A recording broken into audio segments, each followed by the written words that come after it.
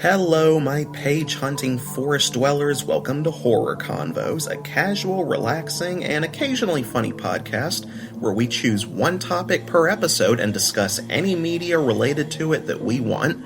Movies, TV, video games, comics, novels, audio dramas, nothing is off limits here. I give my personal history and opinions on whatever we discuss, as well as quality examples that I believe portray the subject matter effectively.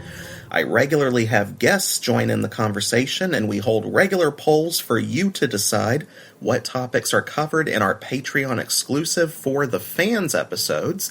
If the disruptions of advertisements exacerbate your probably already advancing withdrawal from listening to the buttery smooth drivel that escapes my pie hole, I'd humbly suggest that you go to Patreon, where you can listen to the full podcast ad-free and then check yourself into the nearest rehab center in that order.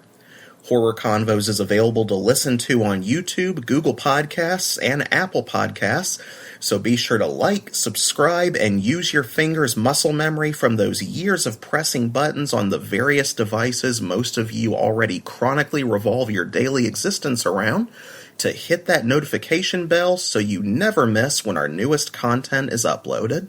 Full disclosure here, if I don't sound quite as energetic as usual, well, it's because I've been a little under the weather this past week. My throat was bothering me pretty persistently up until a couple days ago, and it was so much worse that I just didn't like how I sounded when I tried recording before.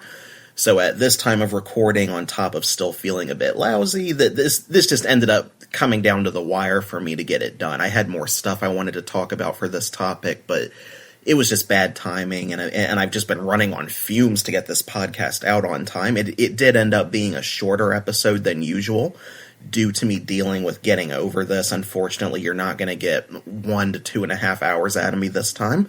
But Mama didn't raise no quitter, the show must go on, so if you're disappointed by the shorter length of this episode, or I don't sound as entertaining as usual, I sincerely apologize. I'll make it up to you next time. For now, we're going to power on through and hopefully still provide some quality discussion you can then share among your own fellow horror fans.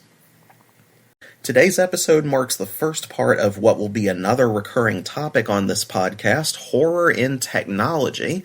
From haunted phones, VHS tapes, and chain emails to the rise of creepypastas, alleged online murder mysteries, rumors of paranormal video games, the explosion of horror YouTubers such as the Let's Players, growing trends of analog horror, and so much more, we will delve into all facets of fear rooted in our relationship to technology and its ever-changing impact on culture.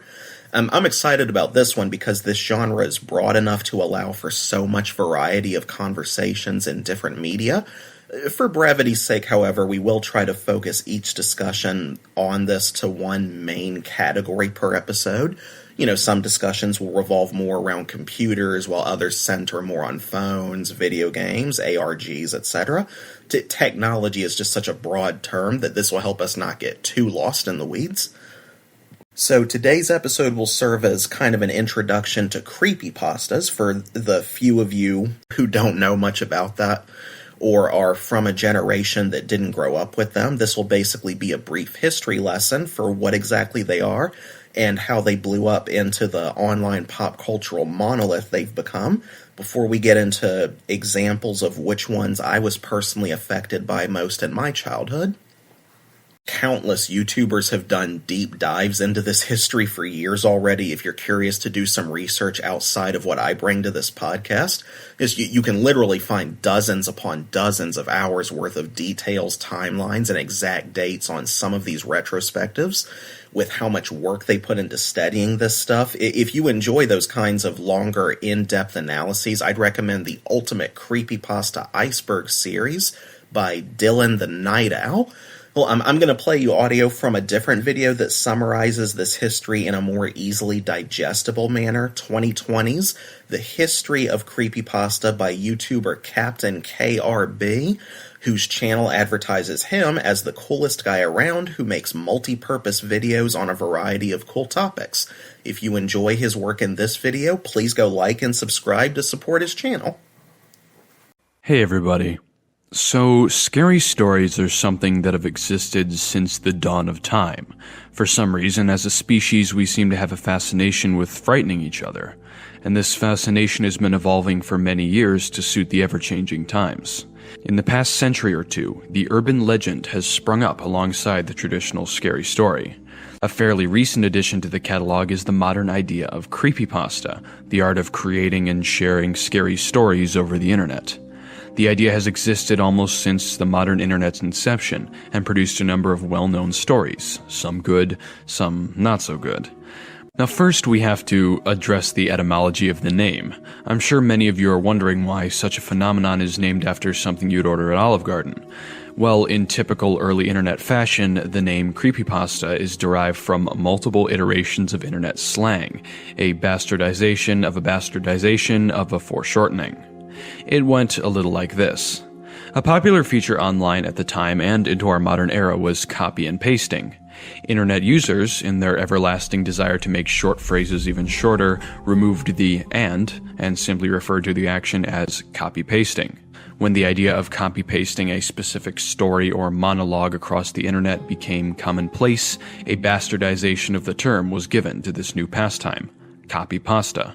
And then, when said stories or monologues began to take on a horror theme, a further bastardization transformed the term into creepypasta. So, now that we know the story of the name, how exactly did this whole thing start to begin with? While the exact origins of creepypasta are somewhat hard to pin down, it's widely believed that the phenomenon originated in the chain emails that were extremely prevalent in the mid-1990s to early 2000s. Anonymous users would create a scary story, which was generally not very well written, and send it off to random users with the message that some terrible fate awaited them if they did not spread the story to several more users, and as such, the chain perpetuated itself. These were isolated incidents, but in the early 2000s, some creepypasta began to solidify their presence on the internet. A very early example surfaced in 2001. A story called Ted the Caver, which was hosted on its own Angelfire site and is considered to be one of the first true creepypasta, chronicled a man's disturbing adventures and eventual demise in a mysterious cave. Early stories like this set the tone for the creepypasta of the future. Over the next decade or so, the concept evolved as internet users began to write and spread their stories at a higher rate. Much like the folklore and fairy tales of bygone centuries, these stories would evolve and change over time, often being influenced by a number of storytellers as they shifted into their present incarnations. A popular phenomenon was for a creepypasta to spring up around an image, usually edited. Two popular examples of this are Smile Dog, a disturbing image of a smiling dog that supposedly induced frightening hallucinations, and Jeff the Killer, a notorious and often disliked story about a serial killer, which spawned from an edited photograph made around 2008. Undoubtedly, the most well-known and legendary of creepypasta came about in this fashion, the malicious being known as the Slenderman. First originating from a something awful Photoshop competition with an image made by Eric Knudsen, the idea of the tall, silent creature that stalked and eventually captured children quickly spread across the internet, gaining popularity and new depth with each iteration of its story. With new stories like this arising every day, a centralized hub was needed for their storage. And thus, in 2008, the Creepypasta.com site was established, becoming the premier destination for creepypasta readers and writers in the coming years. Over the following decade, stories slowly became longer and more detailed. Gone were the paragraph-long, hastily written chain emails, and in their place were finely made and truly disturbing horror stories. In recent years, the out-loud reading of creepypasta has become common practice, adding new depth to old stories. A number of alternate reality games, like Marble Hornets, have surfaced as well, drawing creepypasta into the medium of video. So yeah, I think these explanations are dead on when they point out that our relationship to creepypastas since they first became popular and people's continued desire to hear them, create them, share them, and or seek the truth about them is really just the current generation's version of what humanity has always done for as long as we've had some means to communicate throughout just about every culture I'm aware of, without exception, going back tens, if not hundreds of thousands of years. We've used these stories, which originally spread through word of mouth, as a way to connect. We use them for entertainment, to convey messages or morals. We use them as cautionary tales to teach children, and we pretend ourselves to be above all of that once we reach adulthood, but we are still susceptible to this pattern and continue to actively participate in it in some form as grown-ups, even in situations where we may not always be aware that we're doing it in the moment. Because it's never been just around campfires, at sleepovers, or even necessarily at night that this happens.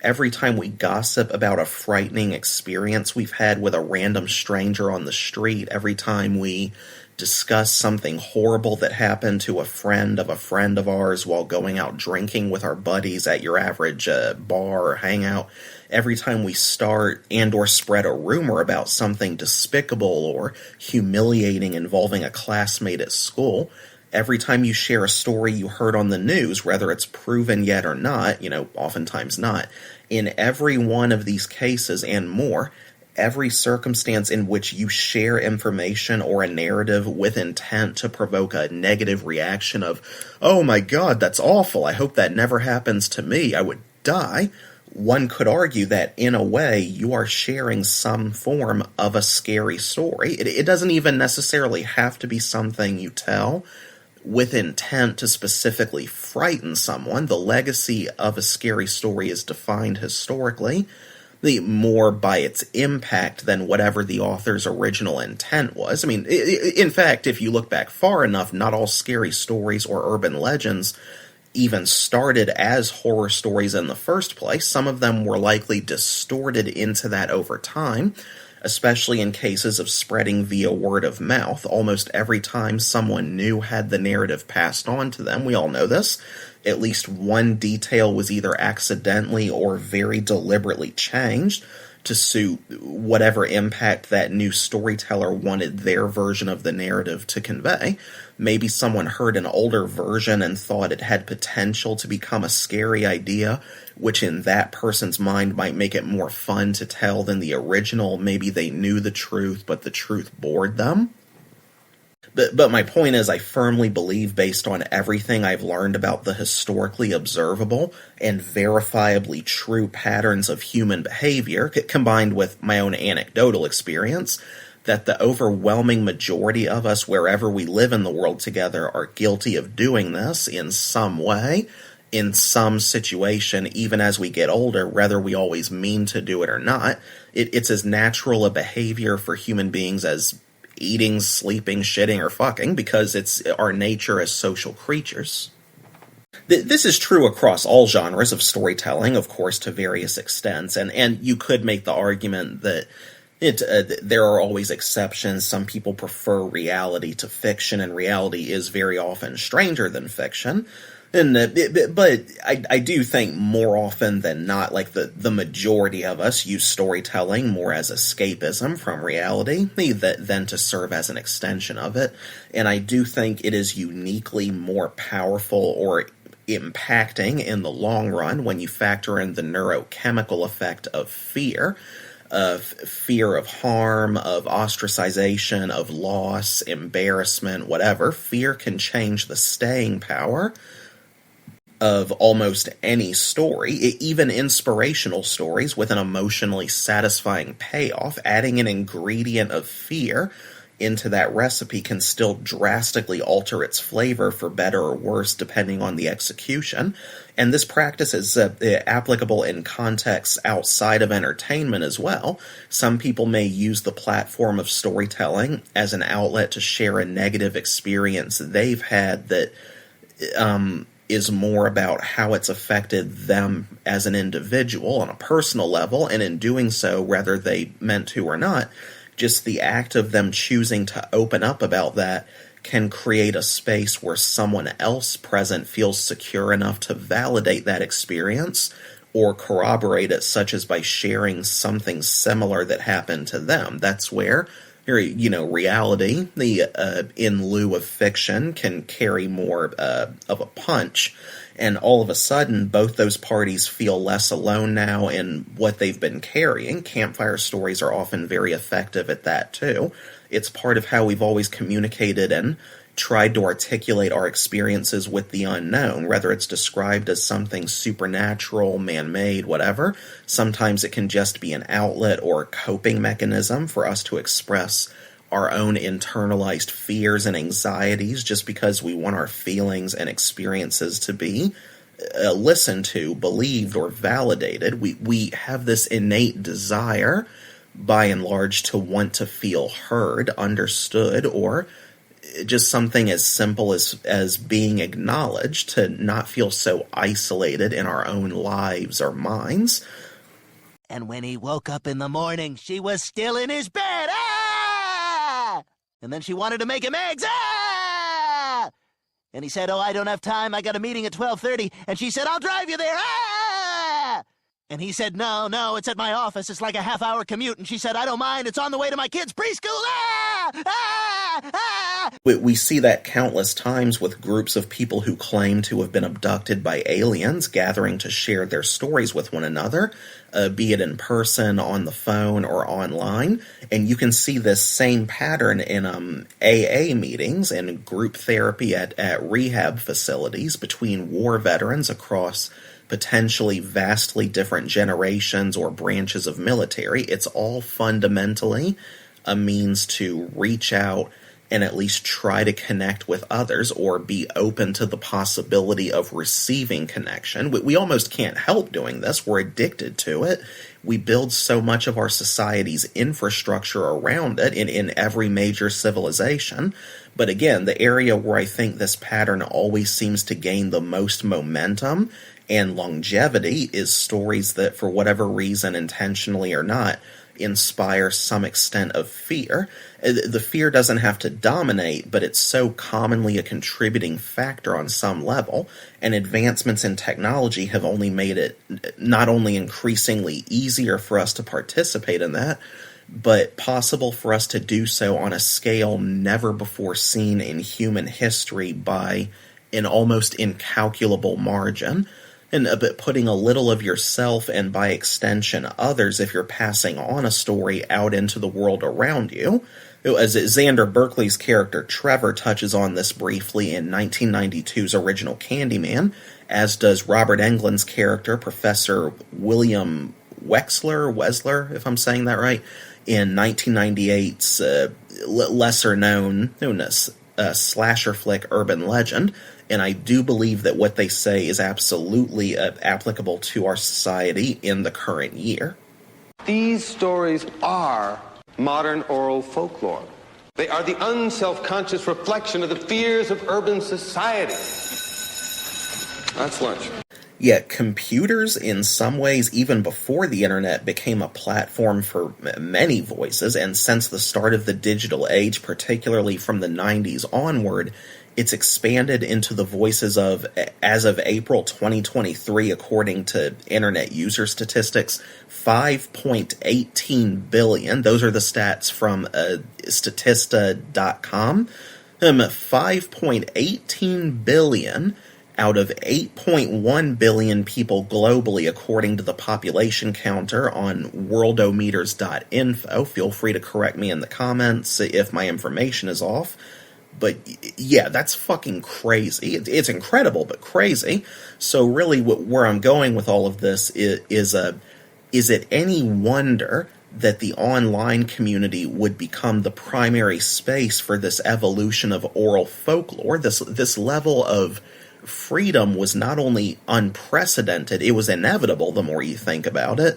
And if I had to try and put a precise timeline on it, I would estimate that the period in which the generations that would follow mine, I'm a millennial, the point where Gen Z and then Gen Alpha would start realizing what tools they had available to them for this specific purpose was probably somewhere between 1999 to 2001. I know Captain KRB cited chain emails in the mid-90s, but 98 is where I personally think the big paradigm shift began, because between those specific years the following things happened. Then you go down memory lane a bit. 1999, the Blair Witch Project came out. Fantastic marketing. People debated if it was real. A website was set up making it look like the actors playing the documentarians, or at least their characters, were actually missing. Josh! Tell me where you are, Josh! A whole bunch of us were discussing it. There were news stories discussing the effect it had. Even years after the fact. I can't recall any movie that had that much of an impact prior to 99, specifically because of the help it had from the internet. Then we moved to 2001, and as Captain KRB pointed out, Ted the Caver was likely just starting to capture more people's attention. I personally don't remember anyone in my social circles talking about it at that time, but what people were talking about was another particular film, one that helped put Japanese horror on the map in the West, Cairo, aka Pulse, the original film that Kristen Bell would star in that piece of shit remake of 5 years afterward. It's a metaphor for addiction to technology, for society, for how we're reliant on technology. I get it. I'm with you. It's a metaphor for a crap movie. Yes, Ringu may have beaten Cairo by about 3 years and kickstarted the spooky technology motif in mainstream, replacing cursed chain emails with a cursed VHS tape, but Cairo was the first horror film to do for computers what Ringu did for TVs and VCRs, what Psycho did for showers, and what Jaws did for the water. Cairo made a far wider-reaching and eerily prophetic commentary about our growing addiction to the internet, among other technologies, but mainly the internet, and the toxic effects that would have on society's mental health, as well as our ability to socialize over time as we became increasingly isolated. Like, this film predicted the ramifications of social media about 2 years, I think, before MySpace launched. You spend far too much time with your computer. It's not healthy. It's my life. That's so very, very sad.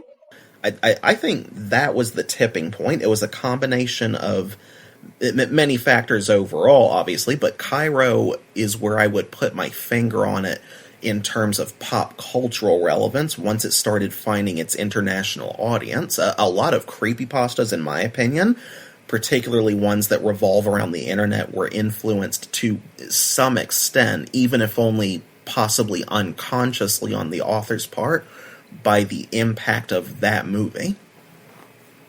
So Captain KRB already named it, but I think it bears repeating. I don't think I could give the first shout-out of a quality, hugely influential creepypasta to anything other than Slenderman. I was a junior in high school when I first started hearing about him in 2009. I don't recall how much we talked about it at that point.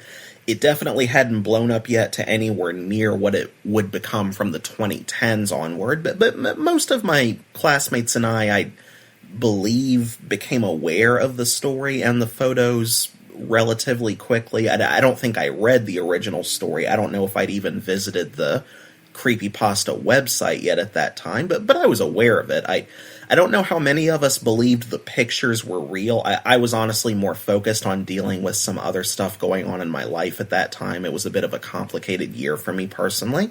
But when Slender the 8 Pages first came out in 2012, that changed the game. The worst scavenger hunt ever. I watched so much of that, even though it terrified me. My friends at college were talking about it. I watched Markiplier play it. First time I'd ever watched a YouTuber react to playing a game, let alone a horror game. I started going balls deep into the lore, looking for everything I could. I don't need sleep. I need answers. And when I realized it was bullshit, I gradually moved on. But bear in mind, this was a time when the technology to fake stuff, like in pictures, was nowhere near as sophisticated or well known about in the mainstream. Again, I didn't pay enough attention to research this when it first started attracting an audience, so I didn't know those original 2 pictures had been made for a photography contest or anything like that. I had no idea who the creator of those pictures even was. In hindsight, I do think a lot of the mystique surrounding the Slenderman as a character wouldn't have taken hold so easily had we kids and young adults just had the common sense to do more research before so many started buying into it. But realistically, not a lot of kids were going to do that, especially back then. Not a lot of people, to my recollection, were interested enough to know where to look. Some people were so scared it was the opposite. They didn't want to look into it, wanted nothing to do with it. This was Blair Witch Project all over again, possibly even worse, or at least on a larger scale. It just didn't occur to many people, especially children, to question everything online back then the way that most of us on average do today. Again, the technology wasn't there yet to do anything even remotely like how convincing you can make stuff look now. Digital effects tools were primitive in the 2000s and even early 2010s compared to now, and not just in the way that every prior generation of technology looks primitive when you look back on it. I know you can say that to some extent about just about every generation, but no, the jump in advancements between that specific period from then to now was staggering. Photoshop was the most advanced thing I knew of back then. You didn't have all these YouTube channels run by people who studied to become effects artists at the level of a film industry professional. Most people in my limited experience talked about this stuff on forums most commonly. Not many YouTubers, even in the early 2010s, never mind the mid to late 2000s, most YouTubers didn't make these in-depth videos exposing fake stuff and going into the kind of detail you see now, where you can learn the history, dates, names, addresses, timetables, explanations of how exactly something is faked or manipulated, showing what programs and software and tools are used with all the technological jargon. You have to understand, this was still very early YouTube. I'm talking barely out of the era where the site was mostly known for cat videos, amateur home movies, and short animations done with Adobe or whatever.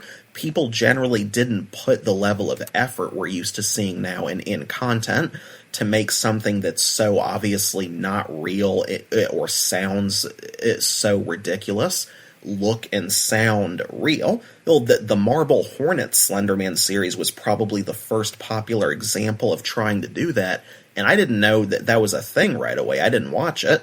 And the more people kept adding new pictures and stories of Slenderman to the Creepypasta website, among other websites as it spread over time, the more shit there was to look through. The original story opened the floodgates for literally years of subsequent content on God knows how many sites, how many online forums. I'm talking an avalanche of crap that just kept making it bigger and bigger and more complicated to get to the root of it all.